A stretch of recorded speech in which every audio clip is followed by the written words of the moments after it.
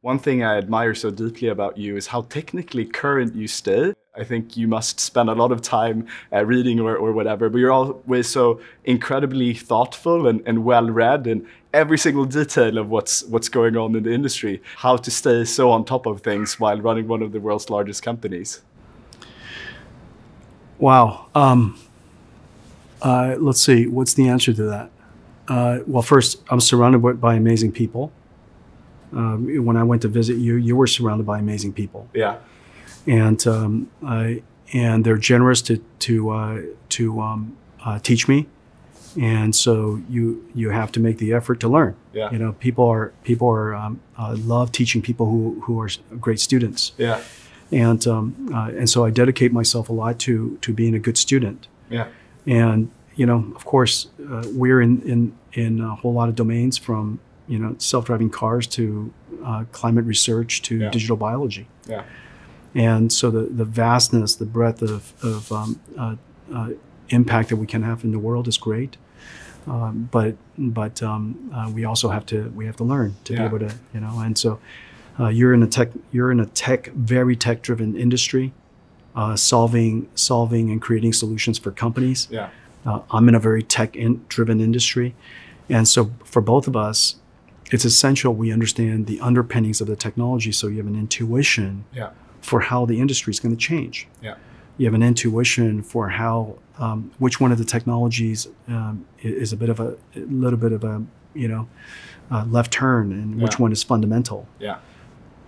To realize that maybe the early works that we did with generative adversarial models, to variational autoencoders, to diffusion models, that they were somewhat cousins of each other. Yeah. And that realizing the impact of one could lead to breakthrough in another, which opens up the horizon for now diffusion models that are utterly incredible. Yeah. And so I think having an intuition for technology allows you to better extrapolate. Yeah.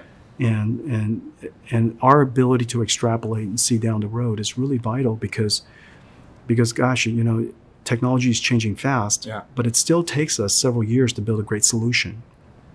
And so how do you on the one hand dedicate yourself to build something that's going to take years to do, building it on top of technology that's utterly changing, by a factor of 1,000 every few years.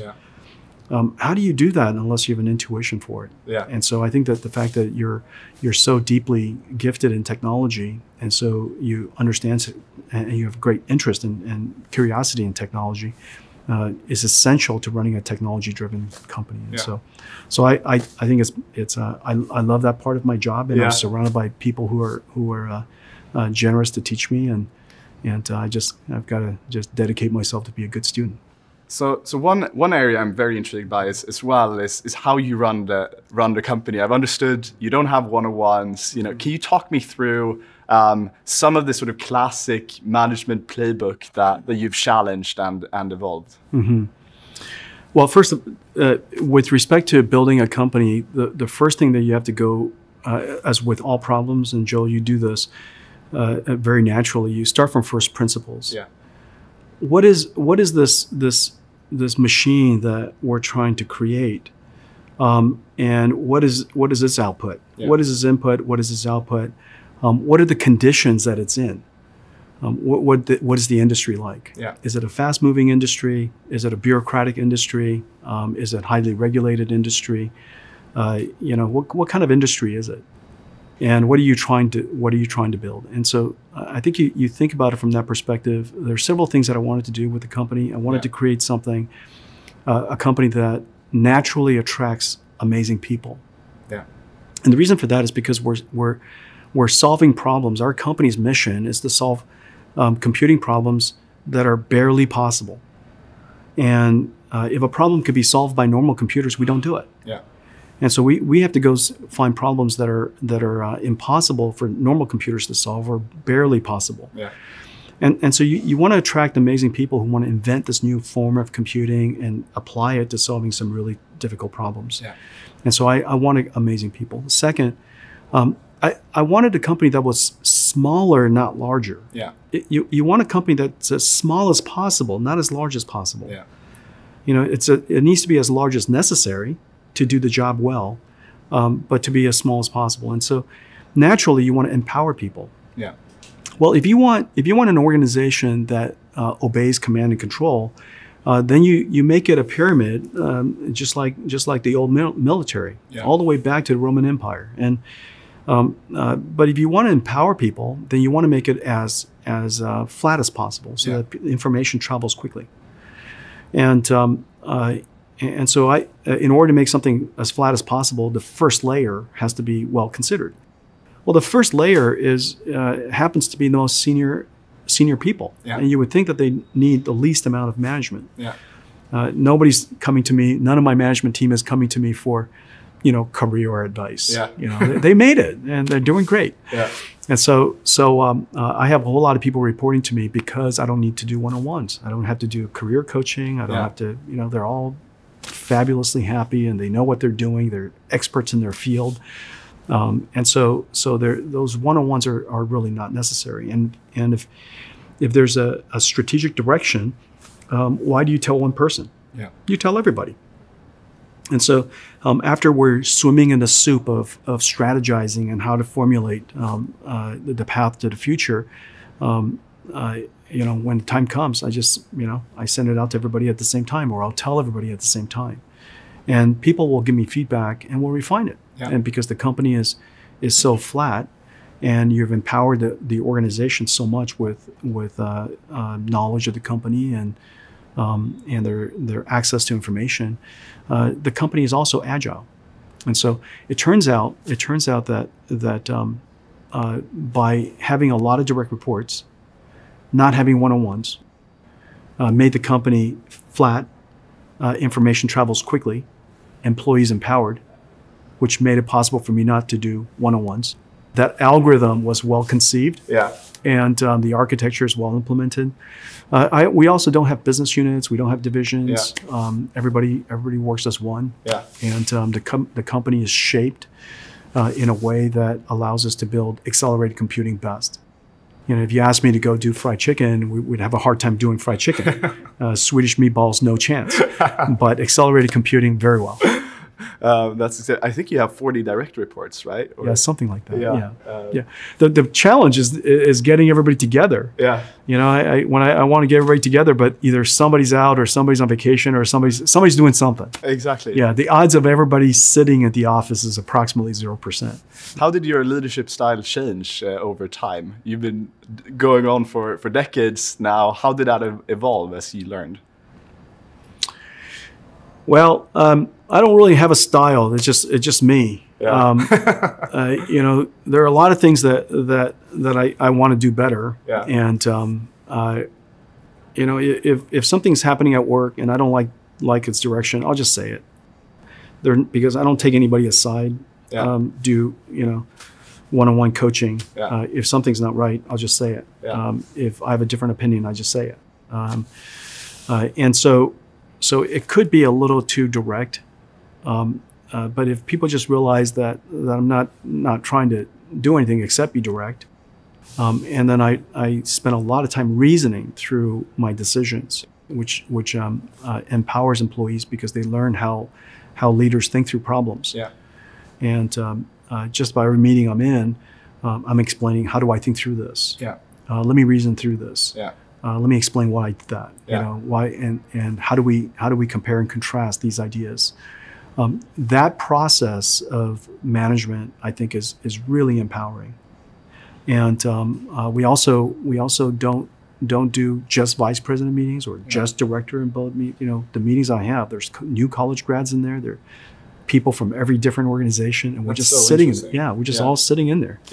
They're kind of like your office. But everybody's just kind of sitting in there. Exactly. That's actually one thing that I found very intriguing, because that's one of the playbooks, right? You have a very clear leadership team, and you have leadership team meetings and so on. And that's something I've always struggled with, because you'll have a lot of the best individual contributors, and of course they should be in that meeting. It shouldn't be just vice presidents, not knowing the craft. So it's fascinating that you can. That's exactly you got it. You want the person who is most informed or best skilled or just had the most experience. They actually made the mess, or they actually confronted the situation. You want ground truth. You want ground truth and experts the best you can. And you have some model for folks to communicate their top priorities. I've heard something about sending an email. What's that all about?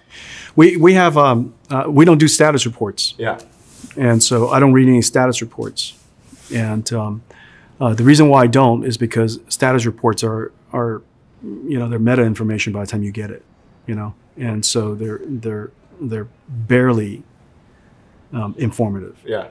And so I've been distilled and refined, and bias has been inserted, and perspective has already been added, and you're not looking at ground truth anymore. And so I tend to appreciate information that anybody presents. And so you're allowed, if you send out email, and it's called top 5 things, and just whatever happens to be your top 5 things, whatever you observed or whatever you did or whatever you learned or things, they're just things. Oh, really? Yeah, top 5 things, whatever it is. Just went to a great restaurant. Who doesn't want to hear that? That's important information. And so just had a baby. That's important information. So whatever these things are, top 5 things, if you send it out, I'll read it. And so I read every single morning, probably 100 or so, and I do it every day. And it's one giant thread that everyone in the company sends to, right? No, just everybody has their own version of top 5 things, and they just send it out. If you send it, I'll read it. What's your top 5 things? Top 5 things are not meant to be from the center out. They're meant to be from the out. Yeah, there you go. That's right. Think of it as IoT. If I take my top 5 things and I sent it out, then I've contaminated the system, in fact. That's the reason why I don't do it. But I have my own top 5 things that I keep to myself. And how do you balance that with planning? So sort of bottoms up ideas, having the best engineers in your team decide what to work on, combined with, sometimes you also have to execute on a plan. How do you balance those 2 things? First of all, strategy is not words. Strategy is action. And so if the company has a set of strategies, but the people's actions, their top 5 things are not that, then they're obviously not executing the strategy. And so the strategy, turns out, isn't what I say, is what they do. And so it's really important that I understand what everybody's doing. And you do that by just getting a feel for everybody's top 5 things. And you don't have to read all of them. You don't have to read them all every week. You just kind of, is sporadic and, stochastically sampling the system, and you'll have a feeling for whether the company is going in the direction that you want it to go. That we all agree we go. And so that's one. Second, planning. We don't do a periodic planning system, and the reason for that is because the world is a living, breathing thing. And so we just plan continuously. There's no 5-year plan. There's no 1-year plan. There's no plan. There's just what we're doing. That's really exciting to hear. I think one thing, as you're executing on first principles and you come to some ideas, it can also be hard to trust your intuition if you're doing something that's contrarian to what the playbook is. What do you think made you trust your intuition on some of these things? Well, most everything that you dedicate the company to go after should be reasoned through first principles. There's a foundation of what are the assumptions, the important assumptions that led to you believing that the computer has to change, or the chip architecture has to change, or the way that software is developed, or how a data center has transformed. A data center used to be a place where we store all of our files, and we would go retrieve it. But every company in the future will have more data centers, but one of the data centers will not be a center for data, but it's a factory. Exactly. It's a factory for producing intelligence. And data comes in, it's refined through the computer, and what comes out is this invisible thing which is the most valuable thing in the world, called intelligence. Yeah. And this building is going to be, driving this thing continuously, exactly. Right? And so you and I, we're all going to have factories. And how would you reason through that? And you kind of back your way out, And before you know it, you formulate a view of the world based on first principle thinking, and then the next part is you go after it with enough dedication, with a conviction, so that you could realize it. Oftentimes, it's really hard. But if you're wrong, you change your mind, and that's the thing that's really great about modern leadership. If I'm wrong about something, I just say so. I'm just, that was wrong. Yeah. That was goofy. Yeah. And then you say, hey, I changed my mind. Yeah. And because you're adapting. Yeah. And literally replanning constantly. Yeah. It's interesting that over time, people might not even notice that you've adapted, 17 times in the last year. Yeah. You've changed your mind maybe 35 times. Yeah. Yeah. And so, if you don't do these giant 5-year plans. Yeah. Which I think 5-year plans are just horrible for technology. Yeah. First of all, Yeah. it's just ridiculous. Yeah. And these continuous planning systems could maybe just lead to easier leadership. Yeah. One thing we were as obsessed about as the product we would build was the company we would build. And I think there's very few companies that are truly focused on empowering folks to do their life's work. Mm-hmm. And that has also been, a key passion of yours. And in how do you enable that? What are some things that you put into place to empower folks to do their life's work at NVIDIA? Mm-hmm. That is the mission of leaders, to create the environment for others, right? To empower others to do their life's work. And now, there's a couple of ways you do that. The most important way of realizing that mission is to not cause people to have to do commodity work. So, for example, we never talk about market share in our company. Yeah. And the reason for that is because why are you talking about, I have 23% market share and they have 27% market share? Yeah. Why are you fighting people for market share? Yeah. Because the whole concept of market share says that there are a whole bunch of other people who are doing the same thing. Yeah. And if they're doing the same thing, why are we doing it? Why am I squandering the lives of these incredibly talented people to go do something that's already been done? And so unless we just enjoy the competition, which I tend not to, so we tend not to go fight people for market share, fight people for markets that are already commoditized. And so that's one way of thinking, to go do something that's never been done before. The other way is to demonstrate that is to walk away from businesses that has been commoditized. Yeah. And either through our own initiative or otherwise, we've walked away from many businesses in the past. And so that demonstrates very clearly to your employees that we're not going to go do commodity work. And so the combination of choosing the right work and walking away from the wrong work, that is the best way to create the conditions. And the rest of it is what you and I were already talking about, which is empowering people with information. Exactly. Whereas some companies are very siloed and information don't travel outside of organizations, I encourage our company to be rather transparent. And if you ask me a question about our company's secret, there wouldn't be that many secrets. Yeah. And so that empowers people. Yeah. And then the rest of it is how you conduct yourself during work. Yeah. If there's a sense of hierarchy in the company, then obviously that's not very empowering. But if anybody can come into a meeting and contribute, including a new college grad, that's very empowering. And so I think empowerment is a big deal.